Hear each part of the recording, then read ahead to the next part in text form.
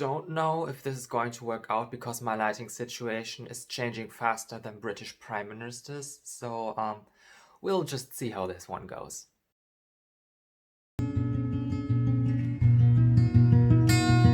Welcome back to my channel, everyone, and today I will be talking about German folk magic, or more specifically giving you guys a quick, non-comprehensive introduction. Is it comprehensive? I don't know if it's comprehensive.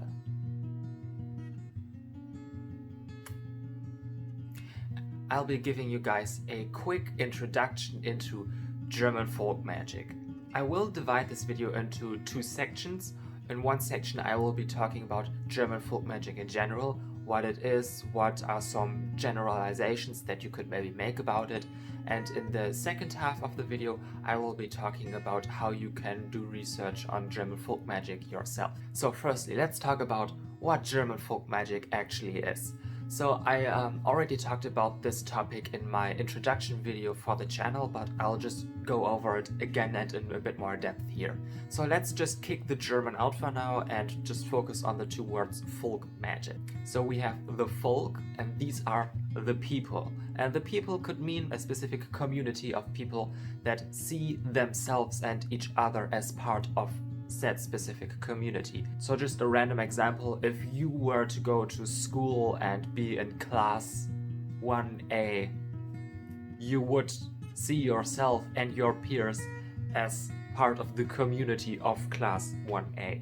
And this concept can be transferred to cultures or countries. So this is where the German part comes in. However, I will say that German in of itself doesn't say a whole lot, because German is not really one single culture. There are multiple different cultures and subcultures of that live within the modern borders of Germany. Now the magic part kind of gets people a bit tripped up when they see it first, because people usually associate magic with like stage tricks and pulling out rabbits out of hats and stuff like that. However, it's a bit more complicated in reality. So in the context of folk magic, what would be considered folk magic maybe would be certain superstitions. So for example, if there is a specific community belief that a well within the neighborhood carries healing water, and then if you were sick you would go to that well, fetch some water out of it and use that to get better. That would be an example of folk magic. Folk magic intersects a lot of different fields. For example, herbology, working with herbs, can also be a part of folk magic. And what I would say is that folk magic isn't necessarily completely always backed by science, but more backed by the collective experience of a community.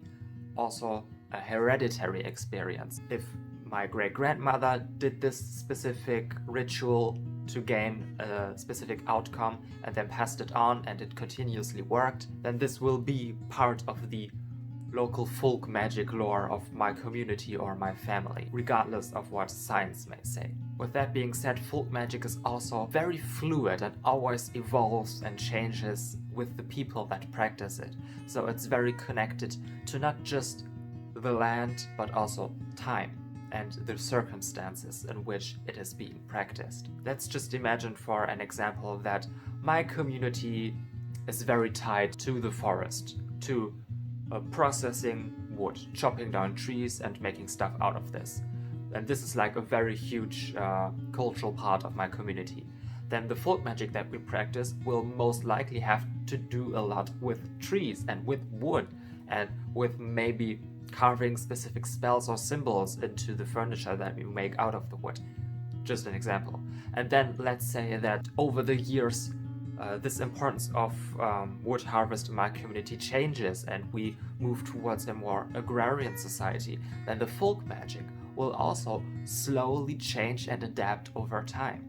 Maybe we don't work with wood as much anymore, but instead work more with animal hides, for example. So to summarize it quickly, folk magic is always tied to culture, history, the language the people speak, the climate, the landscape, the social class, and so on and so forth. Now, I already mentioned that there are multiple different cultures all within Germany, and each of these cultures has their own specific flavor and branch of folk magic, so to say. So, for example, the folk magic that I practice comes from northern Germany and is really concentrated around my area in northwestern Germany. This folk magic is called 𝔖𝔭𝔬𝔢𝔨𝔢𝔫𝔨𝔶𝔨𝔢𝔫. And this is a very localized and specific branch of German folk magic that has its very own unique belief sets, which are, of course, tied to my area and culture and the people that live around here. If you were to go further south, into southwestern Germany, for example, you would find Brauche, which is a different folk magic within Germany. And this folk magic centers more around healing, whether my folk magic 𝔖𝔭𝔬𝔢𝔨𝔢𝔫𝔨𝔶𝔨𝔢𝔫 centers more around fortune telling. But if you want to learn more on Brauche specifically, I'll link a very good channel and lovely mutual of mine down below. Now let's talk about some generalizations that you can roughly make about each branch of German folk magic, though of course there are always exceptions. So each branch of German folk magic generally incorporates some aspect of animism into it. Basically explained in very short terms, animism is the belief that there are spirits residing in things that aren't human necessarily. So this animal has a spirit, this tree has a spirit, this river has a spirit, this mountain has a spirit, and so on. It's basically the idea that the outside world, which we today mostly view as more or less dead matter without any agency, is actually alive. This even extends to specific things like diseases. In folk magic we will often find the belief that a disease is caused by a malevolent spirit. The disease is thus personified into a spirit. Usually this disease is also treated like it is a separate entity from the person that it is afflicting. So what you'll find a lot is that in spells, diseases are talked to, like they have agency within themselves. The disease is literally told off to go somewhere else. This is not all of it. There are a lot of different rituals involved to get rid of the disease, but this is the general gist of it. You'll also find that trees especially are believed to carry very powerful spirits. Often the oldest and mightiest tree on a property would be considered to be kind of a warding tree, a tree that takes care of the residents that live around it. And sometimes people would give this tree specific offerings. And in connection to what I said before, diseases were sometimes transferred to trees, which were believed to kind of like spiritually recycle the diseases. This process is a form of German healing magic and is sometimes referred to as anbinden, literally translated to bind onto. And that way, trees are kind of like spiritual lightning rods. Also, every branch of German folk magic that I personally know of incorporates some aspects of Christianity into itself. Now, I think I should make it clear that folk magic and Christianity often go kind of hand in hand, and it's difficult to tell these two apart because they're so linked to each other. And the way that Christianity functions in many branches of folk magic is pretty different than what was maybe preached in church. Sometimes the church would view these folk magics as pretty heretical. Again, to give you an example, in the area around my village, we have a folk saint, meaning that the people here have taken a specific figure, a semi-historical figure in this case, and elevated this figure to the status of sainthood, although officially, according to the church, this figure is absolutely not a saint and not canonized as such. But regardless, the people here believed that and worked with this folk saint in such a way. They even built a shrine to this folk saint on the crossroads and would make offerings and sacrifices to gain his favor. And this is a very interesting story because I feel like through that you can see that folk magic is truly of the people, by the people, and not dictated by one single authority. Also, sometimes deity-like figures from fairy tales would be incorporated into folk magic. For example, Frau Holle or Rübezahl. And these figures exist more outside the realm of Christianity and seem more overtly pagan. but often they existed in folk magic side by side next to Christian saints or the Holy Trinity. So you see, the people weren't picky when it came to the spirits that they chose to work with. They just chose what they knew and what they found worked best for them. Another thing that I think is pretty universal for German folk magic is whispering your spells. Meaning, if you were to, for example, heal a person, you would not utter the spell out loud to heal that person so that they could maybe hear it. You would kind of whisper it and do it under your breath so it remained elusive to any people that may be around you while you were conducting this ritual or spell. Some believe that if you were to tell anyone any of your spells, they would immediately lose their potency. But beliefs on that vary from tradition to tradition and from practitioner to practitioner. In my case, I personally believe that you shouldn't go boasting around with the spells that you use and kind of keep them close to your heart, but I don't think it would be the end of the world if anyone were to ever find out what spells you're using. But that's just my own personal opinion, my UPG, so to say. And one of the biggest things in German folk magic is being very community-based. I feel like often when we look at more new age forms of witchcraft, we'll see that they are pretty individualistic. They focus more on what can I gain, how can I reach these things that I want, what can I do for myself. They always set a specific end goal. Kind of like Christianity sets the end goal of salvation, but that's a different story. In folk magic, however, the goal is basically always the same: to have a healthy, thriving community. And this is where specialization comes in. In folk magic, a lot of people would not do everything there is. They would specialize on a specific aspects. Maybe one person was very good at healing wards through a magical way. Another person was really good at fortune telling and helping people through difficult times. Maybe another person was really good at divination and seeing what ailments a person might have. And these are very small frames of personal magic, but this is the way it was. Basically, the belief is that as long as you know how to do one thing pretty well, you can serve your community through that in a better way than you could maybe if you were knowledgeable on many different things but only a little bit. And so each village or each region would kind of have their person for everything, and together they would help each other out and build this kind of vast network to support and uplift their community. And just like how every individual practitioner would set a specific Schwerpunkt, and just like how every individual practitioner would focus in on a specific area they were pretty good at, each branch of German folk magic did kind of the same. And depending on, as I said,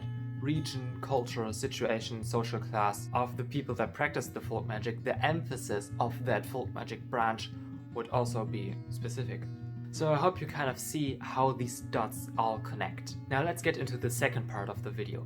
How do you research German folk magic? Now one thing that I feel like is pretty useful is looking up old German grimoires on folk magic. Basically, all throughout the Middle Ages to actually pretty recently, more or less, people often collected a lot of different folk spells from around their area and wrote them down, and then sold these books for a lot of money and with very high expectations. Also often under false pretenses, meaning that they claimed that the magic that was written down in these books wasn't actually German but from a more exotic place.